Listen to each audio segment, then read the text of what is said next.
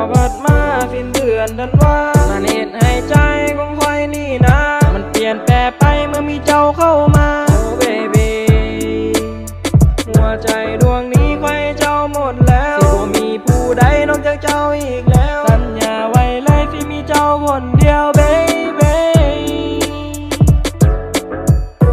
คอยสิมีเพียงเจ้าเท่านั้นให้เจ้าเป็นเลยnumber oneในหัวใจของคอยนี้หัวใจของคอยสิมีเพียงเจ้าเท่านั้นที่บ่ให้ใบนั้นเข้ามาแปรพันเพราะเจ้าคือคนของใจเป็นไปก็แน่นบ่ได้ที่ห่างเจ้าตลอดไป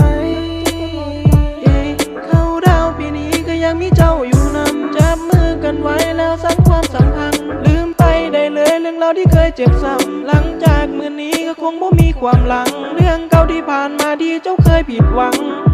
เหลือไว้แค่เพียงความทรงจำที่ดีสิ้นเดือนธันวาสาเหตุให้ใจของคอยนี่นะมันเปลี่ยนแปลไปเมื่อมีเจ้าเข้ามาโอ้เบบีหัวใจดวงนี้คอยเจ้าหมดแล้วสิบ่มีผู้ใดนอกจากเจ้าอีกแล้วสัญญาไว้เลยที่มีเจ้าคนเดียวเบบีขอบแม่จะไว้เลยตัวคอยนั้นสิไปหาสิออกไปอย่างไวบ่มีคำว่ามาซาหน้าบ้านแล้วให้เจ้านั้นย่างออกมาคอยสิพาเจ้าไปเขาดาวอยู่นะให้เจ้าจับมือคอยเอาไว้อยู่ท่ามกลางแสงวอมไหลนั่งเบิ่งดวงจันทร์ที่ส่องสว่างตัวคอยกับเจ้าก็คงบ่ที่ได้ตลอดมาอาจจะเป็นเพราะฤทธิ์ยาพอเติมเธอใดน้ำตามันไหลหัวใจมันสั่งให้มีน้ำตาคอยเริ่มจะละแวงเขาเมาเจ้ามันหุ่นแหงมันแหงลงไปโอ้แม่งามคำแม่งโคตรใจดำผู้สาวแก้มแดงเจ็บเธอนี้ไอ้ที่จื้อไว้เจ้าได้มาทำหายใจและบ่ต้องเห็นให้ไอ้สงสัยเลยคนดี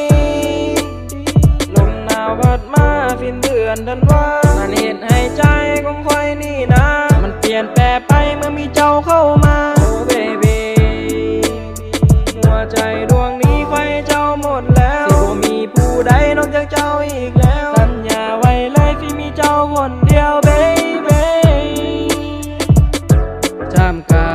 งแสงจันทร์มีเพียงเฮาสองที่ข้ามคืนและวันจากคืนวันอาทิตย์จนไปฮอดวันจันทร์มีเพียงเฮาสองที่นอนจับมือกัน